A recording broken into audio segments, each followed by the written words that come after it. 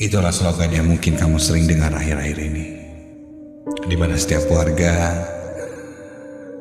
harus berdiam diri di rumahnya agar penyebaran COVID-19 ini segera berakhir.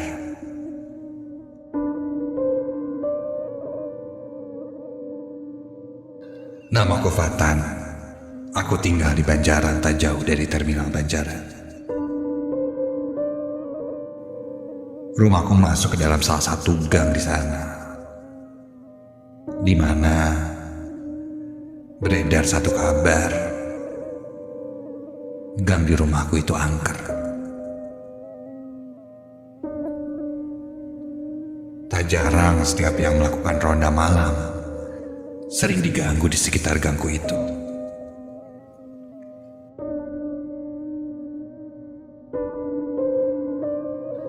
Gang yang angker itu berada di ujung setelah melewati rumahku. Pernah ada satu cerita, penjual nasi goreng lari terbirit-birit melihat ada sosok pocong berdiri membelakanginya. Tukang nasi goreng itu lantas memutar balik tidak jadi lewat gang itu. Lalu ada juga cerita tentang driver ojek online yang menerima pesanan makanan di sekitar gang itu. Dan ketika dia lewat gang itu, dia melihat satu sosok yang menyerupai pocong juga. Driver itu langsung menancap gas menjauhi sosok pocong itu.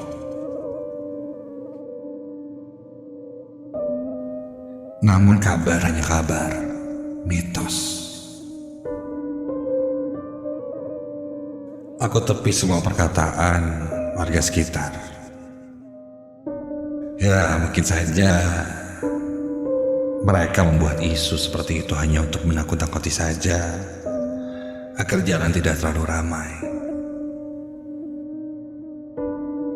Itu pikirku. Aku salah satu orang yang tidak percaya dengan hal-hal mistis. Melihatnya pun belum pernah. Apalagi sosok pocong yang ada di gang itu, dekat dengan rumahku.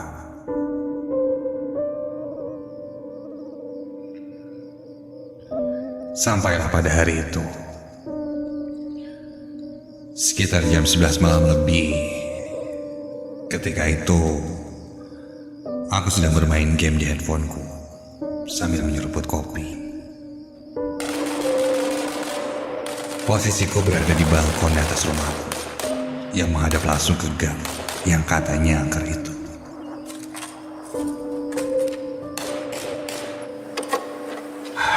Sebenarnya ada rasa penasaran. Apa benar ya? Gang depan rumahku itu angker.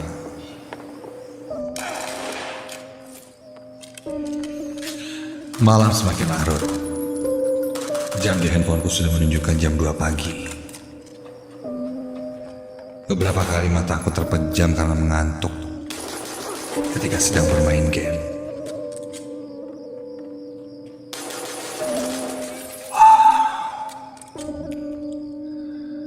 Karena sudah semakin berat mata ini, aku pun putuskan untuk mematikan handphone dan beranjak masuk ke dalam kamarku.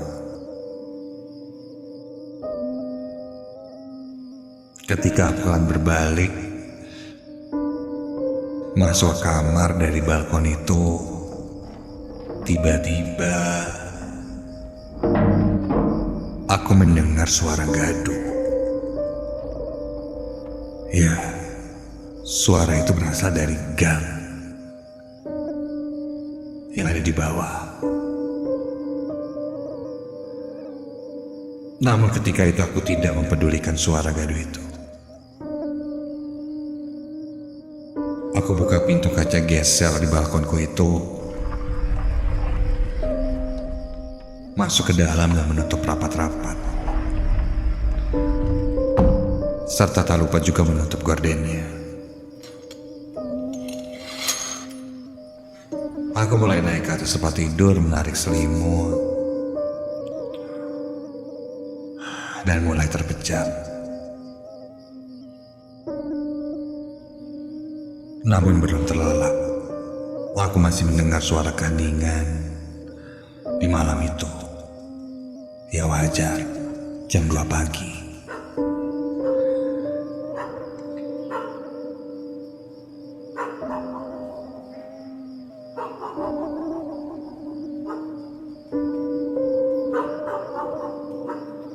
Sesekali ada suara anjing melolong.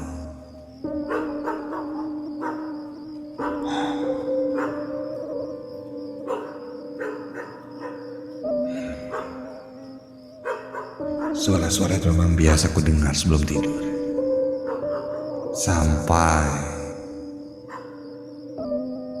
tiba-tiba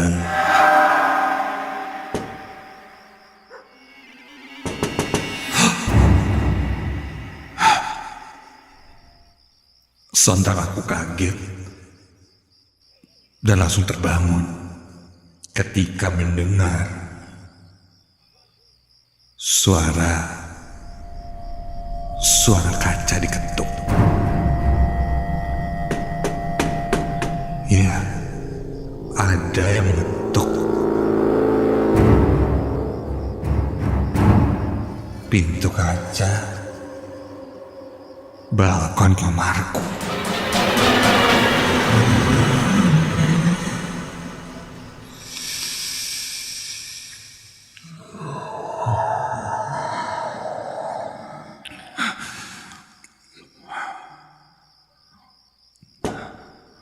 Aku langsung menengok ke arah pintu, geser kaca yang untungnya masih tertutup gorden itu. Awalnya ketukan pintu itu pelan, namun lama-kelamaan suara ketukan itu semakin cepat, layaknya orang yang menggedor-gedor pintu balkon kamarku itu. Aku terdiam, kaku di atas tempat tidur melihat pintu kaca di balkon kamarku itu ada yang menggedor.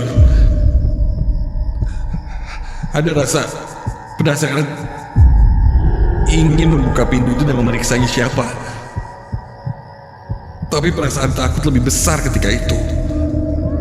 Apalagi ketika sadar kamarku ini berada di lantai 2. Tidak mungkin ada orang yang sengaja naik hanya untuk mengetuk atau menggedor-gedor pintu balkon ini.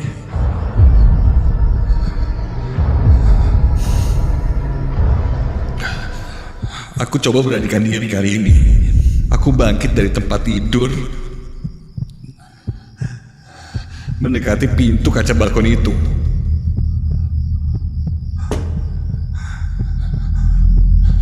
Suara ketukan itu pun masih terdengar. Kali ini terdengar makin lambat. Seketika itu aku sibatkan gordennya dan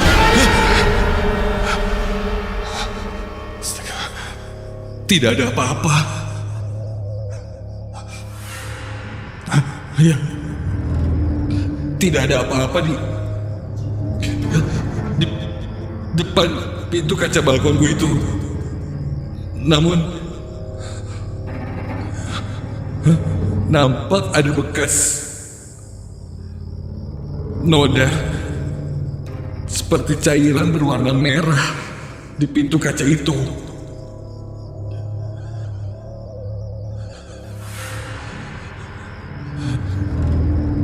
Aku pun membuka pintu kaca itu,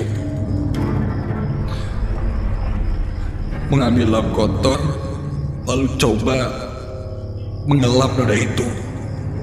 Entah apa itu, cairan kental berwarna merah, warnanya seperti darah.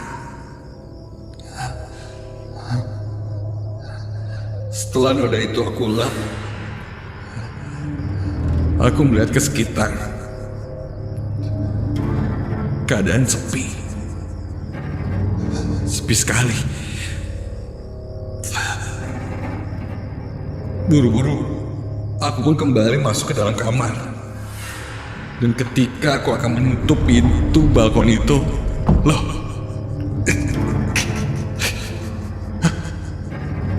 pintunya tidak mau menutup. Meski aku geser, pintu ini tidak bisa tertutup. Seakan-akan ada yang mengganjalnya.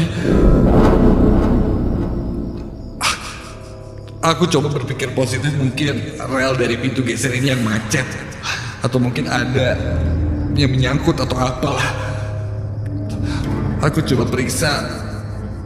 Ketika aku geser-geser, lancar. Tidak ada apa-apa, namun ketika aku akan menutup pintunya, seperti terhalang sesuatu. Belum sempat terjawab pertanyaanku itu, tiba-tiba bulu kuduku berdiri seketika, meremang ketika tercium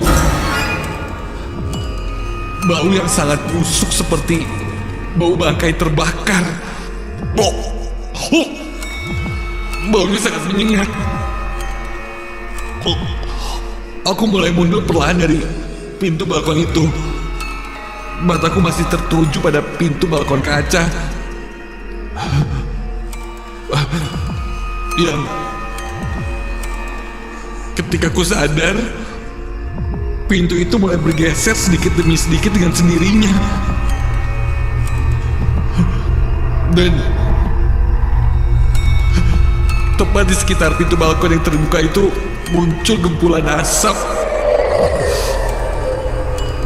berwarna putih kehitaman, disertai suara geraman yang sangat menyeramkan.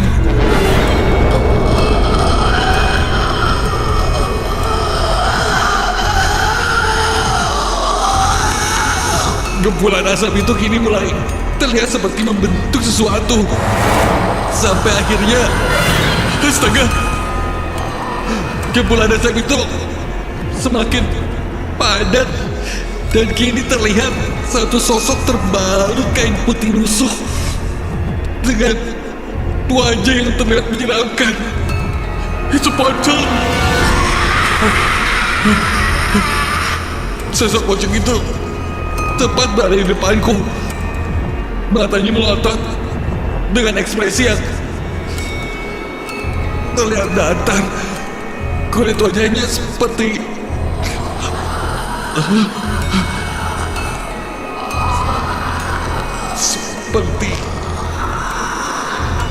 keriput keras, mirip tekstur kulit pohon dengan warna yang sangat gelap, seakan terbakar. Bau busuk yang menyeruak semakin tercium menusuk hidung, sampai sosok itu samar ku dengar berkata,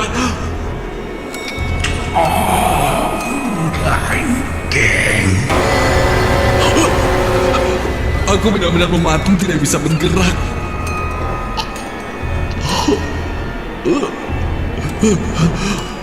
Ketika berkata seperti itu, mulutnya terlihat seperti mengeluarkan belatung. Membuatku ingin muntah. Matanya kini memerah dan menggeram menyeramkan. Mataku hanya terpaku pada sosok itu. Aku coba menutup mata, menutup telinga, sambil terus berdoa di dalam hatiku agar sosok itu hilang. Dan ketika aku buka kembali mataku, sosok itu sudah hilang. Kini kaki dan badanku sudah bisa digerakkan kembali. Buru-buru aku menutup pintu balkon itu, menguncinya dan berlari keluar dari kamar. Dan ketika aku turun ke bawah, kulihat kakakku masih belum tidur dan bertanya padaku kenapa aku berlarian seperti orang ketakutan. Aku lalu menenangkan diriku duduk di sofa ruang tamu dan menceritakan apa yang kualami. tentang sosok pocong itu. Kakakku bilang mitos yang beredar di gang rumah dekat rumahku itu benar, dan menyarankanku agar jangan berkeliaran di luar rumah, sekalipun di balkon rumah ketika lewat tengah malam, karena mungkin saja sosok pocong itu menunggu. Bahkan lebih buruknya, menjadikanku mangsa selanjutnya untuk dijadikan anak buahnya di dunia mereka.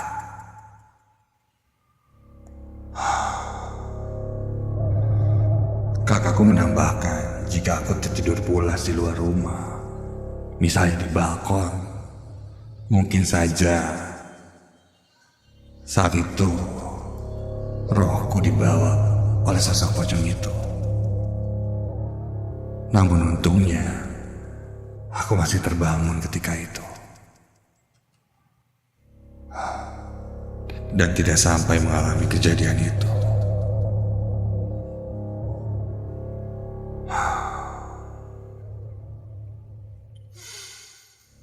Tentang siapa sosok pocong itu, aku bertanya pada salah satu sepuh yang rumahnya berdekatan denganku. Dia bilang, katanya sosok itu sudah ada ketika zaman penjajahan Belanda dulu, sebelum gang ini berdiri.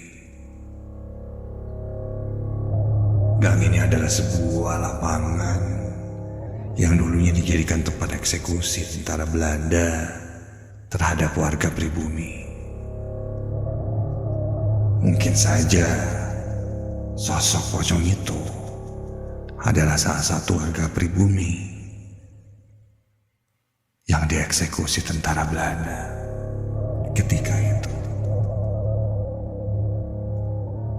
Dia juga menambahkan, jika malam hari diharuskan kepada penghuni rumah untuk menutup rapat-rapat pintunya agar sosok itu tidak mengganggu. Tidak hanya itu, dia juga berpesan agar tidak berisik di malam hari, karena mungkin sosok itu ketika datang padaku merasa terganggu olehku yang saat itu sedang bermain game dan berisik.